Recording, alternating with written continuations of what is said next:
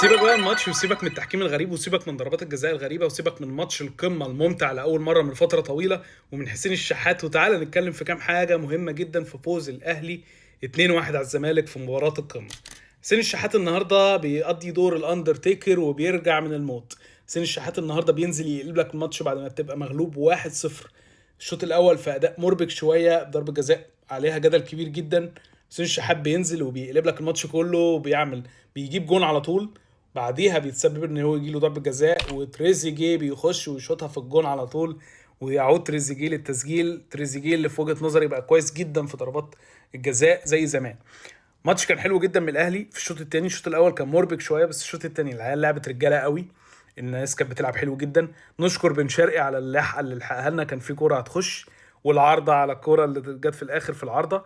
بس ماتش حلو جدا من الاهلي ومن الزمالك. ما شفناش متعه الديربي ده من زمان، ما شفناش ماتش رايح جاي من زمان. كان دايما بتخلص تعادل، بتخلص ب1-0، بتخلص باداء مش حلو. بس اداء حلو جدا من الاهلي. يا رب نكمل. انت كنت محتاج الفوز ده عشان تثبت نفسك وعشان ترجع تاني الاهلي، وعشان دايره الشك اللي انت فيها تقف. قرارات كويسه جدا من النهارده من النحاس في التغييرات. ماتش حلو، ماتش كويس، يا رب نكمل كده. وده كان ماتش الاهلي والزمالك، وفاز الاهلي 2-1 في القمه على الزمالك. وانا كيوسف، وده راي كوره. ولو عجبك الفيديو اعمل لايك وفولو وسلام.